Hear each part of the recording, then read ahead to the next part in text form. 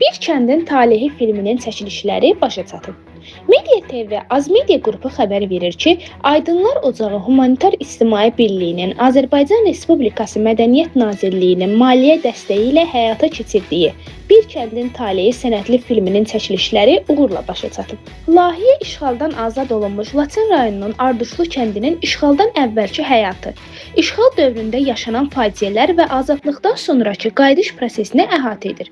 Filmin əsas məqsədi kənd sakinlərinin yaddaşında yaşayan xatirələri, doğma yurda bağlılığı və qələbədən sonra yaşayan sevinç hisslərini gələcək nəsillərə çatdırmaqdır. Layihə çərçivəsində Arduşlu kəndinin 100 nəfərə yaxın sakininin kəndi səfəri təşkil olunub və onların iştirakı ilə müxtəlif məkanlarda çəkilişlər aparılıb.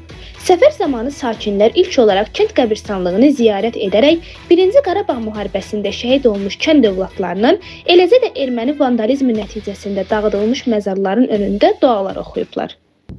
Hal-hazırda Laçın rayonu Arduşlu kəndindəyik. Vüqar Qədirovdan çəkilən filmlə bağlı fikir öyrəndik.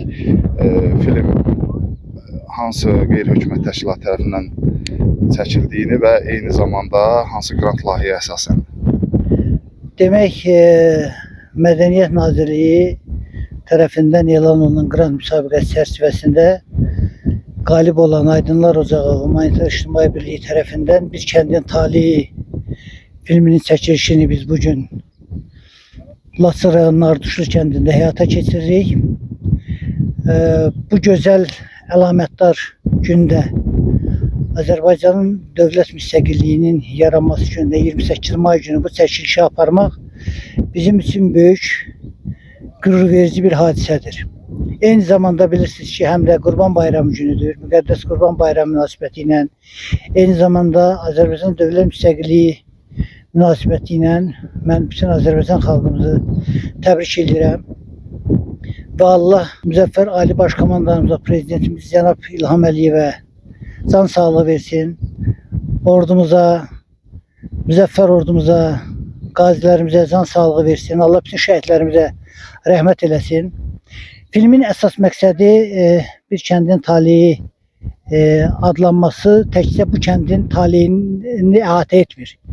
Bir kəndin taleyini biz bunu filmə almaqla, bunu biz lentə almaqla eyni zamanda 1988-ci ildən etibarən Azərbaycana qarşı torpaq iddiaları irəli sürən Ermənistanın təcavüzkar siyasəti nəticəsində 90-cı ilin əvvəllərindən işğal olunmuş 20%-dən artıq torpaqlarımızdan tamamilə vandalizmə uğramış şəhərlərimizi, kəndlərimizi biz bu Bir kəndin talehi filmi ilə canlandırırıq.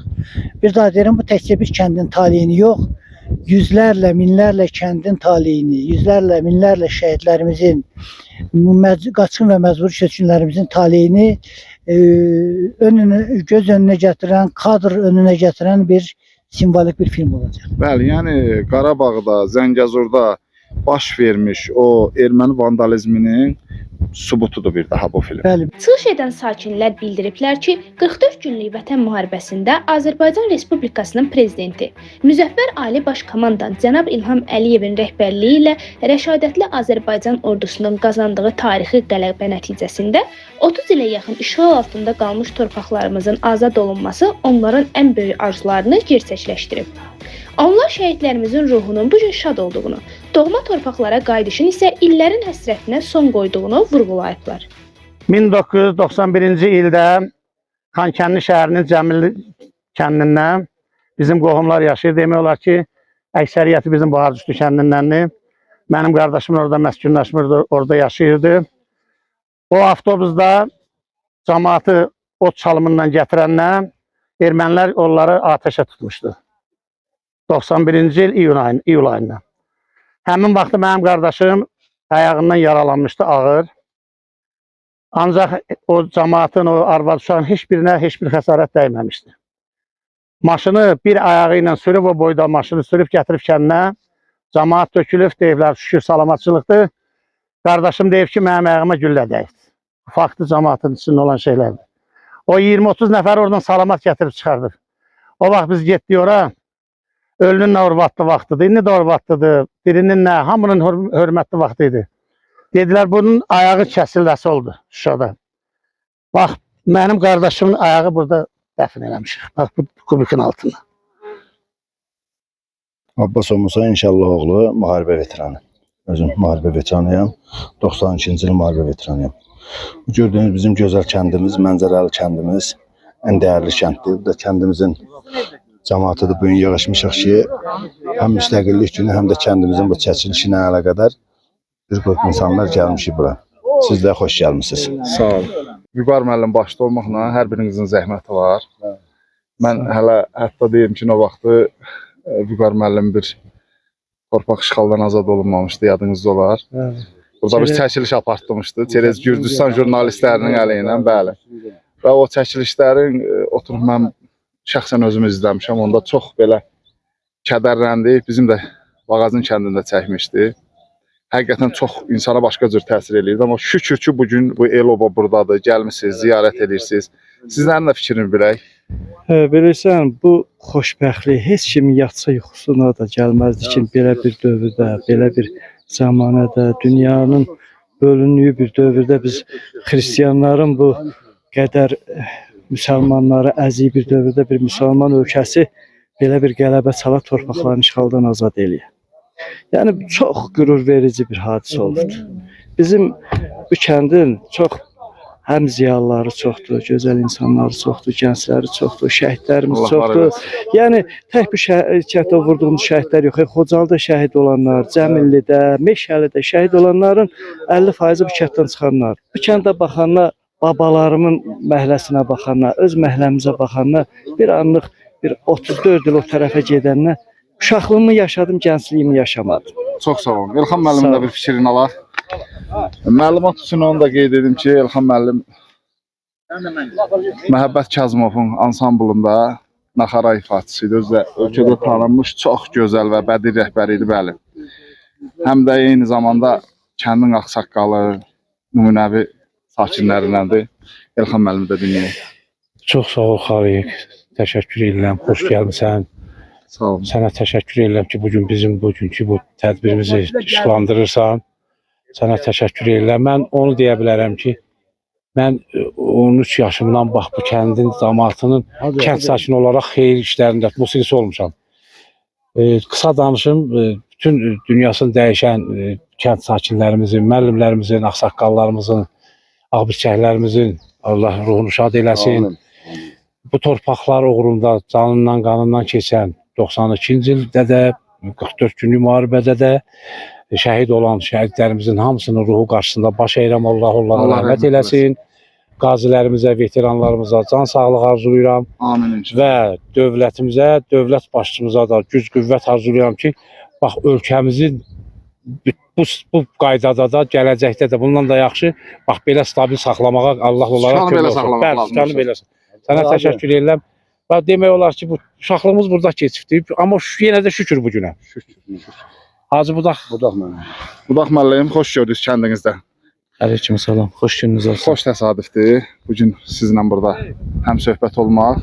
Sizin də bir ziyalı kimi fikrinizi bilək. Biraz çətindir danışmaq, həqiqətən çətin olur. Uşaqlığımız burada keçibdir, müəllimlərimiz olubdur, ziyalılarımız olubdur. Yəni burada biz uşaqlıqda bu dağlarda, daşlarda oynamışıq. Yəni həyatımız burada keçibdir. İnanılmaz bir şəkildə. İndi o həyatı yaşamaq burada çətindir. Bu kəndimizin də belə daşlıq yerdə salınmasının səbəbi o vaxtlarda ona görə belə salıblar ki, yağış yağanda palçıq olmasın.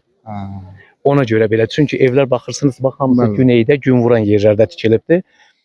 Ərazi də çoxdur, sahələrimiz də olubdur. Bu kəndin 4 tərəfinə, hansı tərəfinə çıxsan bulaqdır. Maşallah olsun.